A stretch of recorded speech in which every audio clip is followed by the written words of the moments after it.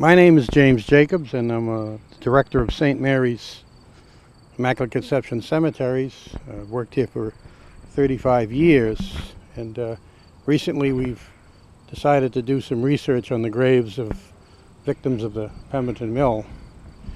And the more I got into it, the more interesting it got. And this is St. Mary's Cemetery, which was believed to be part of the Bardwell estate back in the 1800s. The cemetery, the first recorded grave of the cemetery was in 1848.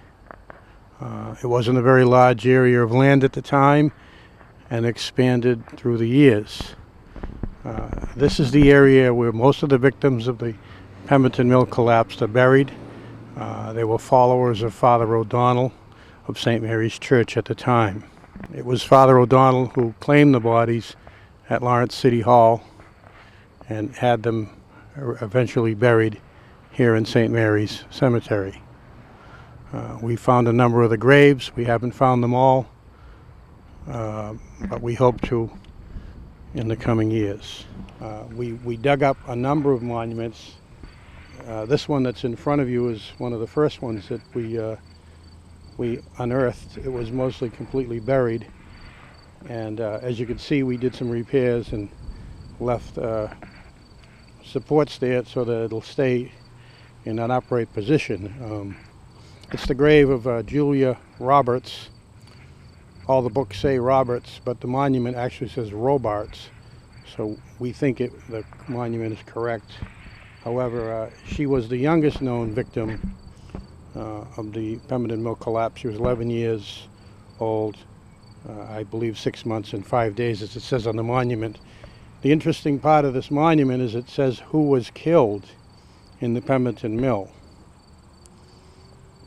I guess there was a lot of anger between the mill workers and the owners of the mills, and this was the workers' way of showing that they probably shouldn't have died if they weren't so careless. So a lot of the monuments say killed on them. As I said, she was 11 years, 6 months, 5 days, and there's an epitaph, which was very common in that era, and the epitaph says, "Weep not nor mourn, my parents dear. I am not dead, but sleeping here. I am not yours, but Christ alone. He loved me best and took me home." And what's interesting is that the monument still stands, and it's a tribute to the founders of Lawrence and the textile workers and the pains that they went through. And the more I got into it, the more interested in it I got, and I'm sort of glad I did. There's a number of other monuments in this area that we might show you, but this, from what we could figure out from the books and everything, is the youngest known victim. 11 years. Can you imagine an 11-year-old working in a mill instead of being in school? This stone here is a family lot, Griffin lot, and one of the people named on the stone was a victim of the mill, Mary Griffin, killed in the Pemberton Mill, January 10th, 1860, age 35 years. A number of other family members buried in this lot, and it looks like people still visit the grave because there are some flowers, artificial flowers, planted at the base. Once again, it says killed in the Pemberton Mill, January 10th, 1860. And there's a number of other family members, as I said, that are buried here, one of which died in 1888 on the same date, January 10th. It's an interesting date, and it's significant because she may have died as on the anniversary because she carried a lot of grief about what happened. Kate Cooney, it just says died January 10th, 1860. aged 23 years. We know she was one of the victims. We don't know how she's related to these other people that are buried here. However, we were able to find the stone face down on the ground, and we stood it back up, and the weather took its course in cleaning it. So Kate Cooney, 23 years old, very young woman. Most of the victims were women. Margaret Sullivan. There's also a Patrick Sullivan buried here in 1855, so obviously she was buried along with him. Patrick was 9 years old, probably a son, grandson, or brother, I'm not sure. It says she's a native of Dingle, County Kerry, Ireland. May their souls rest in peace. Here, dear friend, we have laid you in this calm and peaceful bed. And in heaven we hope to meet you where no farewell tear is shed. Erected by Patrick Sullivan and Thomas Cavanaugh. We are now in the area that's the beginning of the Immaculate Conception Cemetery. The first recorded grave here was recorded in 1847. It is about a half a mile away from St. Mary's Cemetery. This cemetery was founded by Father French and Father Tafe, Dominican priests from Ireland, of the Immaculate Conception Parish in Lawrence. What we're looking at here is the grave of Bridget Crosby, who was one of the victims of the Pemberton mill collapse, January 10th, 1860. And as you can see it, if you can see the monument, it does say on the monument who was killed in the Pemberton mill, aged 19 years and 8 months, daughter of John and Mary Crosby.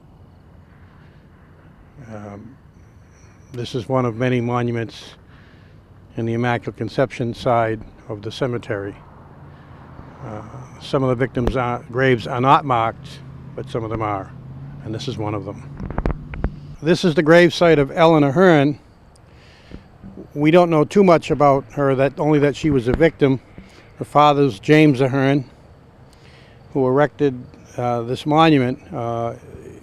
It's not very legible, but we know this is to be the grave of her. And once again, another woman, another victim. January 10th, 1860. Doesn't say much, but it's significant enough that we were able to find it. She was 25 years old.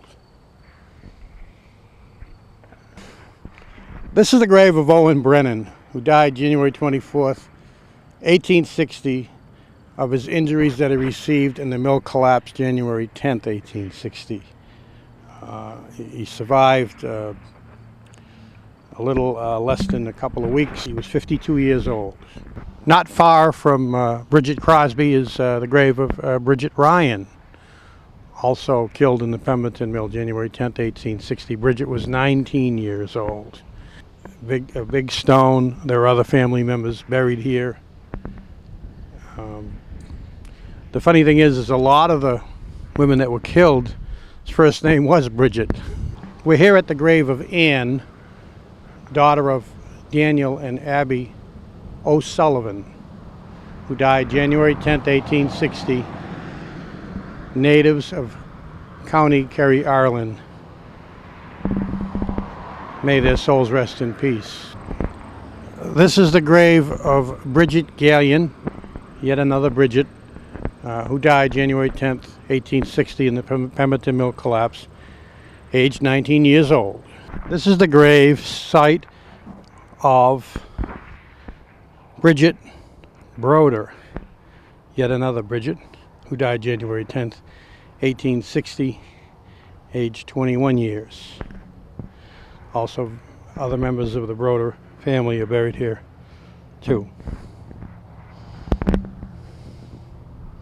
Okay, now we're here at the grave of Mary Howard, who died January 10th, 1860. The Pemberton Mill, aged 19 years. She's also buried here with her mother, who died in 1867 at age 62. We're here at the grave of the priest of the Immaculate Conception parish in Lawrence. It was the first Catholic parish of Lawrence, Massachusetts. Buried here is the Reverend Charles Daniel French, the Reverend James Henry Dominic Tafe, and Reverend James Quinlan. It was Father Tafe who was the first pastor of the Church of the Immaculate Conception in Lawrence, born 1800, died March 20th, 1867, aged 67 years. Father Tafe, along with a funeral director, we believe was a funeral director named Dorsey, claimed the bodies of the victims of the Pemberton Mill that are buried here in the Immaculate Conception Cemetery, January 10th, 1860. Well, they've got a little less than 100 victims, about 60 of which are buried in these two cemeteries. As I said before, some of the graves are marked well, some of the graves are marked poorly, some of the graves are not marked at all. What we're hoping to do is in 2010, January 10th, 2010, will be the 150th anniversary of the collapse of the Pemberton Mill. Being in the wintertime in January, there's probably not a lot of things we can do out here in the cemetery. However, what we'd like to do is invite as many Lawrence historians as we can around Memorial Day in May of 2010 to plant flowers in all the graves of the victims of the Pemberton Mill, being the 150th anniversary.